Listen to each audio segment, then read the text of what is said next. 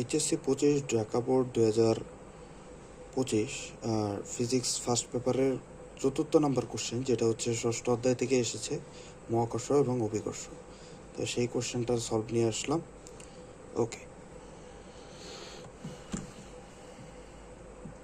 আচ্ছা, কোশ্চেনটা আমি একটু পড়ে শোনাই। যেটা হচ্ছে আমাদের এখানের 4th কোশ্চেন, যেটা আসছে হচ্ছে 6 চ্যাপ্টার থেকে। তো কোশ্চেনটা আমি একটু পড়ে শোনাচ্ছি যে ভূপৃষ্ঠ হতে 1200 কিলোমিটার উচ্চতায় 300 কেজি ভরের একটি কৃত্রিম উপগ্রহ পৃথিবীকে প্রদক্ষিণ করছে। এখানে বড় হাতের জি এর মান দিয়ে দিছে, বড় হাতের এম এর মান, বড় হাতের আর এর মান এবং ছোট হাতের জি। ওকে, তো এখানে বলে দিছে যে গ নাম্বারের কোশ্চেন যেটা বলা হয়েছে যে কৃত্রিম উপগ্রহের আবর্তন কাল নির্ণয় করো। তাহলে আচ্ছা ঠিক আছে, 4-এর গ যেটা আমরা করার জন্য আগে হচ্ছে কি কি ডাটা দেওয়া আছে সেটা আমরা লিখে নিই। তো উচ্চতা দিয়ে দিছে কত, 1200 কিলোমিটার। আচ্ছা ঠিক আছে, এরপর হচ্ছে যে আমাদের এটাকে যদি মিটারে নিয়ে নিই, যে 1200 ইন্টু 10⁻³ মিটার। ওকে, এরপরে হচ্ছে আমাদের এম যেটা দেওয়া আছে ওটা হচ্ছে 300 কেজি, যেটা হচ্ছে ছোট হাতের এম হিসেবেই নিলাম, কারণ এটা তো কৃত্রিম ভরের কৃত্রিম উপগ্রহের ভর।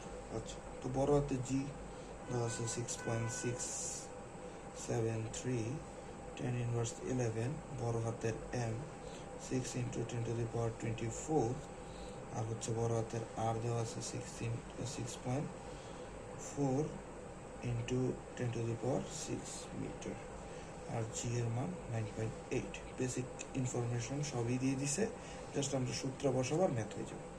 আচ্ছা, কৃত্রিম উপগ্রহের আবর্তন কাল বের করতে বলছে। আচ্ছা, তো কৃত্রিম উপগ্রহের আবর্তন কাল বের করার সূত্র হচ্ছে আমাদের basically T equal 2 r plus H divided by V. আচ্ছা, তাহলে স্যার ভিটা কি? ভি হচ্ছে আমাদের বেগ। কার বেগ? এই যে আমাদের কৃত্রিম উপগ্রহের বেগ। এটা কি এখানে দিয়ে দিছে? উত্তর হচ্ছে না। তো এখন আমাদের ভি বের করার জন্য যে সূত্র, ভি এর যে সূত্র আছে সেটা আমি এখানে লিখে রাখি। যে ভি এর সূত্র সেটা হচ্ছে, ভি এর যে সূত্র সেটা হচ্ছে আমাদের এখানে √/GM divided by R plus H. তাহলে আমি এটা এখানে বসাই দিই, 2 জায়গায় 2 আর প্লাস এইচ জায়গায় আর প্লাস এইচ, ভি এর জায়গায় √/GM divided by R plus H. এখন আমার কথা হচ্ছে যে স্যার আপনি সমীকরণের মধ্যেই কেন এটা বসাইলেন? সমীকরণ তো আরও কমপ্লেক্স হইল। আচ্ছা হ্যাঁ, আপনাদের কথা রাইট যে সমীকরণ আরও কমপ্লেক্স হয়েছে, কিন্তু আমি যেহেতু বোঝানোর স্বার্থে আপনাদের ম্যাথটা করতেছি, আমি তো বুঝতেছি, আপনারাও বুঝতেছেন। তো এই জন্য হচ্ছে আপনারা পরীক্ষার হলে যদি আলাদাভাবে ভি এর মান বের করে এনেও এখানে বসান তাহলেও কোনো সমস্যা নেই, ঠিক আছে? আমি হচ্ছে এখানে ডাইরেক্ট ক্যালকুলেশন করতে পারবো, বিদায় হচ্ছে যে আমি এখানে সমীকরণের মধ্যেই ডাইরেক্ট বসাচ্ছি। তাহলে আচ্ছা ঠিক আছে, এটাকে যদি আমরা ক্যালকুলেট করি 2 আর এটা হয়ে যায় আর প্লাস এইচ, আর এটা উপরে চলে গেলে হয়ে যায় 3/2, আর এটা হচ্ছে যে √/GM। আচ্ছা, এত কমপ্লেক্স ইঞ্জিনিয়ারিং কোশ্চেনের মতো এগুলা অ্যান্সার করার কোনো প্রয়োজনীয়তা নেই। আপনারা আলাদাভাবে ভি এর মান বের করে নিলেই হবে, ঠিক আছে? আচ্ছা, আলাদা করে ভি এর মান বসায় জাস্ট এটা বের করলেই হবে। আচ্ছা ঠিক আছে, তাহলে আমরা বসাই আগে 2 3.1416। এরপর আর এর মান কত? আর এর মান আমরা পাইছি হচ্ছে যে 6.4 ইন্টু 10⁻6। আচ্ছা, তো একটা ব্রেকেট এক্সট্রা ইউজ করি, 6.4 ইন্টু 10⁻6 প্লাস এটার সাথে এইচটাকে আমরা যুক্ত করব। এইচ হচ্ছে কি 1200 ইন্টু 10⁻3, ব্রেকেট দিলাম, স্কোয়ার করলাম, সরি স্কোয়ার না তো 3/2। আচ্ছা, 3/2 কীভাবে আসলো আমি একটু বলে দিই, যে আর প্লাস এইচের মধ্যেও তো হাফ পাওয়ার আছে, এটা উপরে চলে যাবে, হাফের সাথে 1 যোগ করলে 3/2 হয়। আচ্ছা, তো দিয়ে দিলাম। এরপর হচ্ছে √/জি এর মান কত আমরা জানি, 6.673 10⁻11 ইন্টু এম এর মান হচ্ছে আমরা জানি 6 ইন্টু 10⁻24 বসাই দিলাম। ওকে, তো বসানোর পর হচ্ছে আমাদের এখানে 6579.07 সেকেন্ড চলে আসছে, ঠিক আছে? আপনারা চাইলে এটাকে ঘন্টায় নিতে পারেন, আগে মিনিটে নিই। এরপরে আরও 60 দিয়ে ভাগ করি, ঘন্টা চলে আসছে যে 1.827 আওয়ার। এটা কি তার আবর্তনকাল, ঠিক আছে। আচ্ছা, তাহলে আমাদের গ অ্যান্সার করা হয়ে গেল। আচ্ছা গেল। এরপর হচ্ছে কি, এরপর হচ্ছে ঘ। ঘ হচ্ছে এখানেও একটু থিওরিটিক্যাল। আমরা যা দেখতেছি মোটামুটি অনেক কিছুই আপনাদের ঘ নাম্বারে থিওরিটিক্যাল দিয়েছে। তো থিওরিটিক্যাল কেন স্যার, আপনি কি বলতেছেন কেমনে থিওরিটিক্যাল হয় হাবিজাবি? এখন মেইন কথা হচ্ছে যে, আচ্ছা মেইন কথা হচ্ছে আমরা এখানে যে ভিটা বের করছি, ভিটা কি বের করছিলাম যে √GM by R plus H.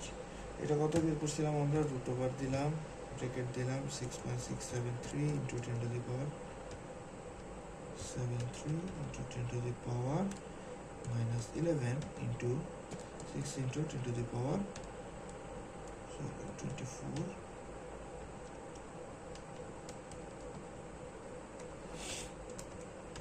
এরপর হচ্ছে যে আর প্লাস এইচ।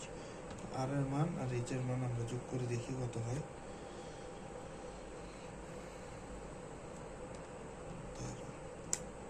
এটা হচ্ছে আমাদের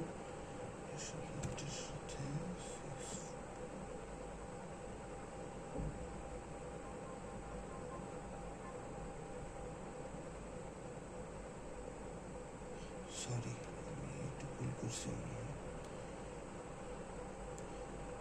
আচ্ছা একটু হচ্ছে কি, আচ্ছা আগে থিওরিটা বুঝে নিয়ে আমি ক্যালকুলেশন দেখাচ্ছি। আচ্ছা আমাদের ধরো এই যে ভি এর জায়গাটা, এটা হচ্ছে আমাদের একটা মান আসবে, এটা হচ্ছে মিটার পার সেকেন্ড। আচ্ছা মেইন কথায় আসো, মুদ্রা কথা যেটা, মুদ্রা কথা হচ্ছে এখানে জিজ্ঞেস করছে যে কি ব্যবস্থা গ্রহণ করলে কৃত্রিম উপগ্রহটি মহাশূন্যে হারিয়ে যাবে। আচ্ছা, তো মহাশূন্যে হারিয়ে যাওয়ার জন্য কনসেপ্ট কি? কনসেপ্ট হচ্ছে যে আমাদের যে এসকেপ ভেলোসিটি অর্থাৎ মুক্তিবেগ ভিই, ভিই এর সাথে হচ্ছে আমাদের সম্পর্ক স্থাপন করতে হবে। যে কোনো কিছুর বেগ যদি ভিই থেকে ভি এর মানে ভি এর সমান হয়, অলমোস্ট ভি এর যদি সমান হয়, তাহলে কি হয়েছে যে সেই বস্তু আর কখনো ফিরে আসবে না। মুক্তিবেগের কনসেপ্ট কি? যে এমন বেগ যে বেগের মাধ্যমে পৃথিবী থেকে একেবারে কি নিশ্চিহ্ন।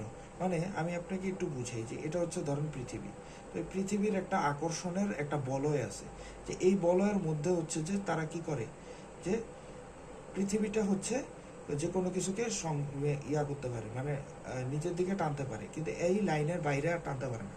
এখন এই যে বলয়, এই বলয়ের বাইরে যেতে হলে যেই ভেলোসিটি বা যেই বেগটা প্রয়োজন, সেটাকেই বলা হয় এই যে মুক্তিবেগ।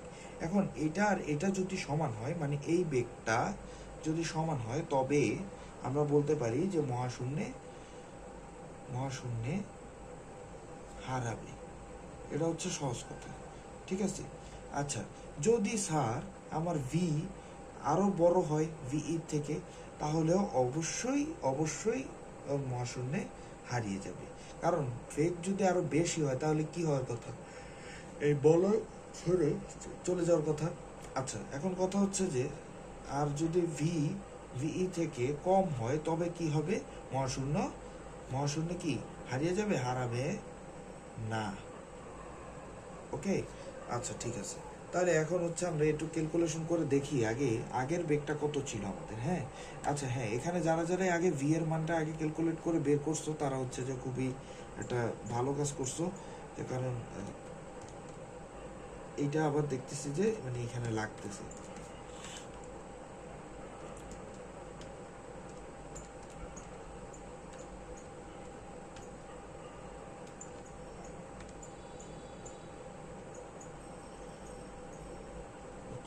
ইয়াটা হচ্ছে কত?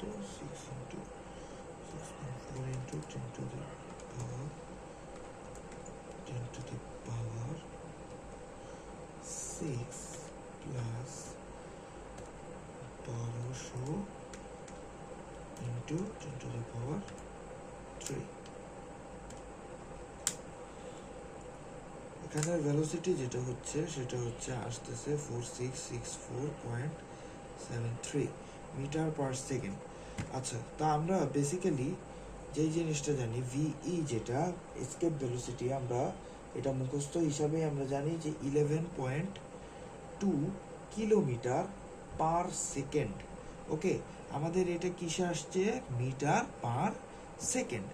ঠিক আছে, তাহলে এখন আমরা যদি কত হয়, মানে আমাদের এটা কত করতে হবে, হয় এটা সমান করতে হবে, না হলে বড় করতে হবে। বড় করলে তো যে কোনো কিছুই করা যায়, কিন্তু এইটা আগে কত আমরা আগে চেক করে দেখি আমরা এটা কিসে আসি, মিটার পার সেকেন্ড না? আমি ভিটাকে কি লিখতে পারি, 4664.73 মিটার পার সেকেন্ড। আমার এটা কিসের সাথে কল্পনা করতে হবে, কিলোমিটার পার সেকেন্ড। তাহলে মিটারটাকে কিলোমিটারে নিয়ে যাই, 4664.73 ডিভাইডেড বাই 1000। ওকে, তাহলে কত আসতেছে এটা, 4.664 কিলোমিটার পার সেকেন্ড।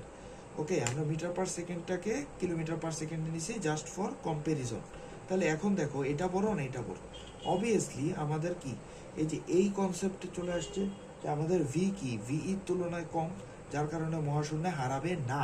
এখন আমাদের এটাই জিজ্ঞেস করছে যে হারাইতে হলে কি কি ব্যবস্থা গ্রহণ করতে হবে। তাহলে অবশ্যই আমরা আগে পরিবর্তনটা বের করি যে আমরা কতটুক বেগ বাড়ালে আমরা মহাশূন্যে হারাবে, তাই না? তাহলে এই কনসেপ্ট অনুযায়ী আমাদের এইটার বেগটা কি হতে হবে, এটা সমান হতে হবে, অর্থাৎ 11.2 হতে হবে। তাহলে 11.2 থেকে যদি আমরা এই অ্যান্সারটাকে বাদ দিই, 11.2 মাইনাস 4.664 বাদ দিলাম, বাদ দিলে আসে কত, 6.536 কিলোমিটার পার সেকেন্ড। যদি আমরা এই পরিমাণ বেগ তার মধ্যে আরো অ্যাড করতে পারি, তাহলে সে কি করবে, যে পৃথিবীর বলয় ছেড়ে চলে যাবে, অর্থাৎ মহাশূন্যে হারিয়ে যাবে। কথাটা বুঝতে পারলাম? অর্থাৎ আমরা এভাবেই হচ্ছে এই জিনিসটাকে সলভ করে থাকি।